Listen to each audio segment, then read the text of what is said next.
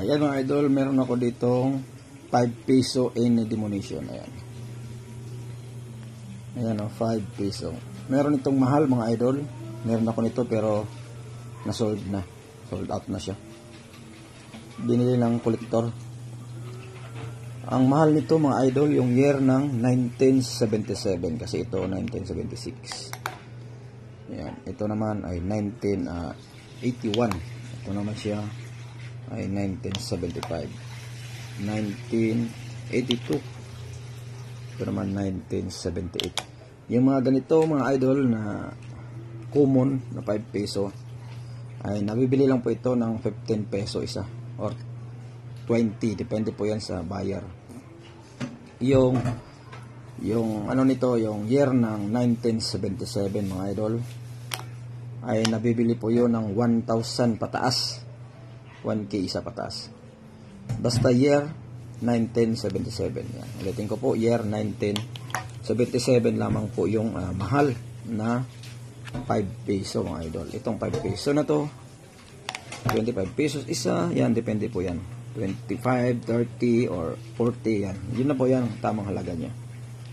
Yung ganito dapat year 1977, yun po yung mahal mga idol. Dahil nickel lang naman po siya, ito nickel.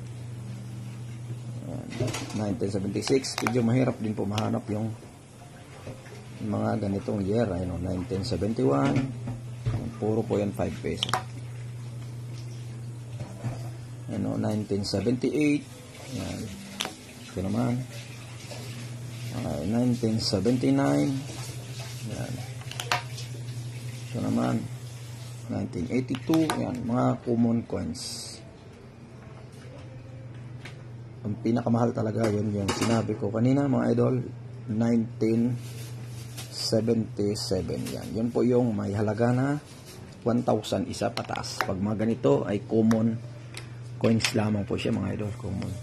Yan, marami pitong gawa ng mga ganitong coin. Ayan, tignan niyo po. Yan, 5 piso lahat yan. Meron ako ditong 5 pieces. Kahapon madami po ito pero wala na po, naalbor na po ng ibang kolektor mga idol. Ayan. Yung ganito. Gusto nila mag-collect yung 1977 ito. Mas mahal.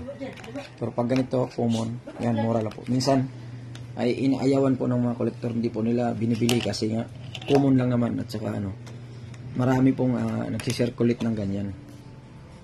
Kaya, kung mayroon kayong 1977 PM, dahil bibilin po natin yan ng 1K isa pataas. Depende sa kondisyon ng items.